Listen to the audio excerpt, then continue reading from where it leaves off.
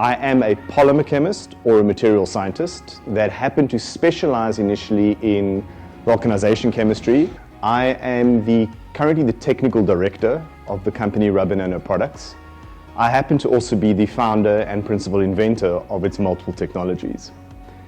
What I do with the company is, technically you probably call me a chief technical officer. I'm managing the intellectual property and the deployment and commercialization of various technologies we have. We have quite a few patents. We are patented globally. That is the primary role, and obviously the secondary role is getting involved in all the aspects of how to commercialize these technologies. It's one thing having a patent and an idea. It's a completely separate thing in getting it produced and manufactured for the market. And then there's a whole entire business sales function and all of that as well.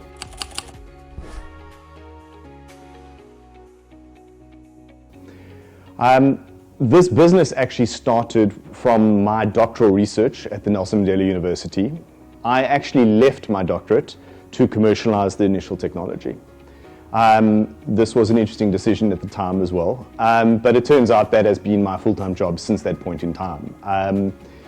We've gone places we would never have gone to if I'd obviously continued as a doctorate in my field. Okay, the first thing for RubberNano Products is we actually call ourselves a technology company. Our primary product is actually intellectual property, and then it becomes products that are made and sold to the market that hopefully bring some value to the market.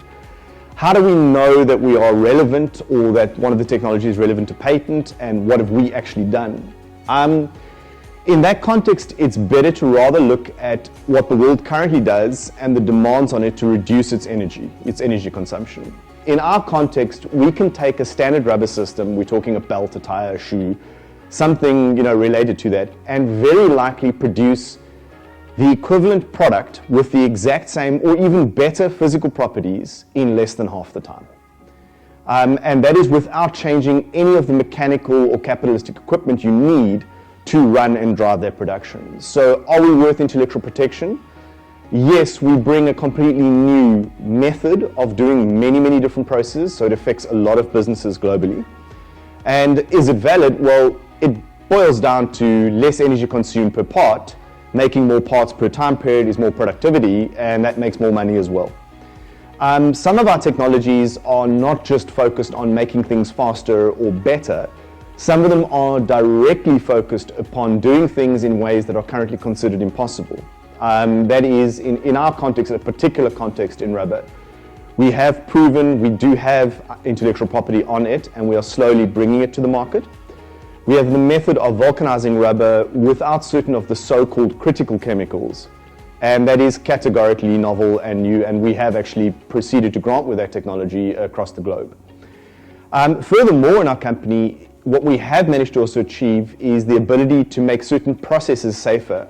It turns out that one of the base ingredients we produce, which we produced for a rubber context, was to have very high and superlative interaction ability with very small dust particles, because rubber is filled with nanoparticles of carbon, nanoparticles of silica.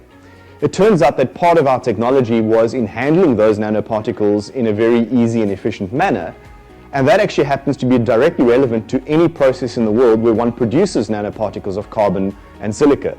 It turns out that that part of the industry and that part of the world almost encompasses every mining process, every combustion process, you name it. So our technology, from just having relevance in rubber, is actually grown out to have relevance in the mining industry and in safety.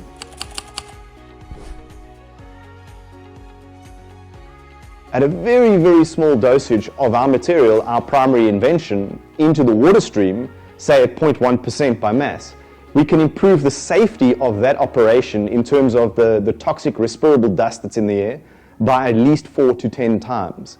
Now, why this is relevant is we're living in a country where we've got multiple coal mines, multiple hard rock mining, we're running many coal stations, and we have big problems when it comes to dust in cities and in towns. And if any of these processes is safer, it means less people literally die from those diseases that are related to it. So it is a safety product, but at the same token, I've mentioned the word productivity before, we have actually proven we can be safer, but allow the processes that are making that dust to actually run faster and make more dust, because we're going to pull even that extra dust out the air and still end up being safer.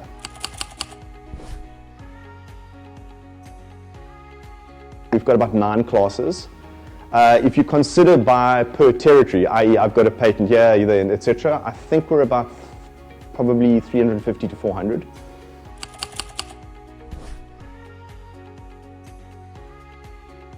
We were actually there at the beginning of Propeller. We had already moved into the building because we were linked to the university that had partnered with Propeller, and we were looking for a place to develop our initial production mechanism.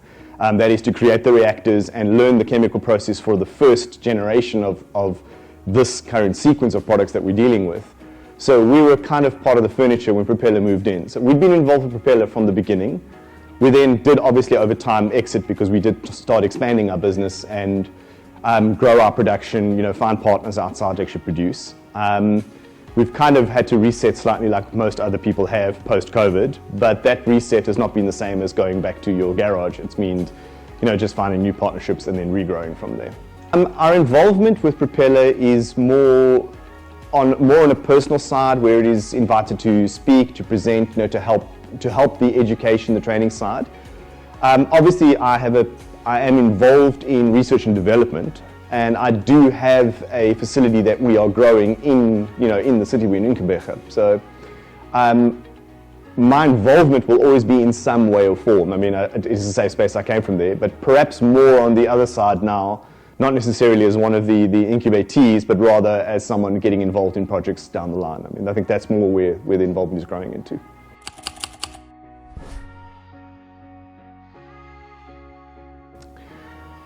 In that context, I believe you need to make very good friends with your chosen patent attorney firm. You need to also learn how to do as much research as possible on the free and open patent databases.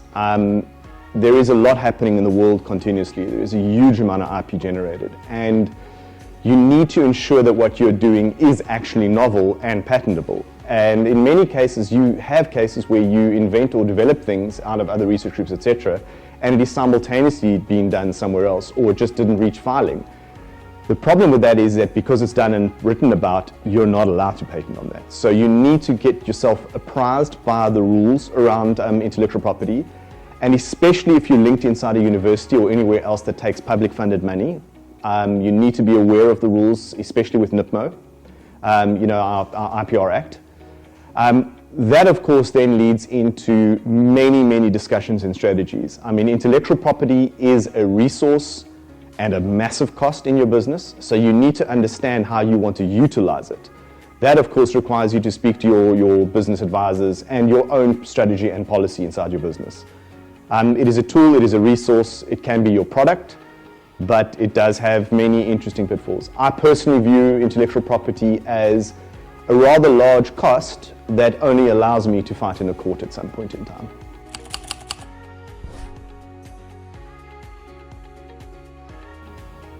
This is the one thing that I think you need to do it, especially if you're in a technical field, and there's many, many sides of the technical fields.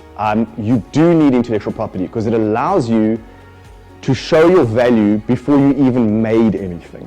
And that's important, especially in these highly technical fields. Just because you invented the thing and did it in a lab and have proven that it works, doesn't always correlate to the fact that you can produce it at volume out there. That sometimes is the next stage of your intellectual property development.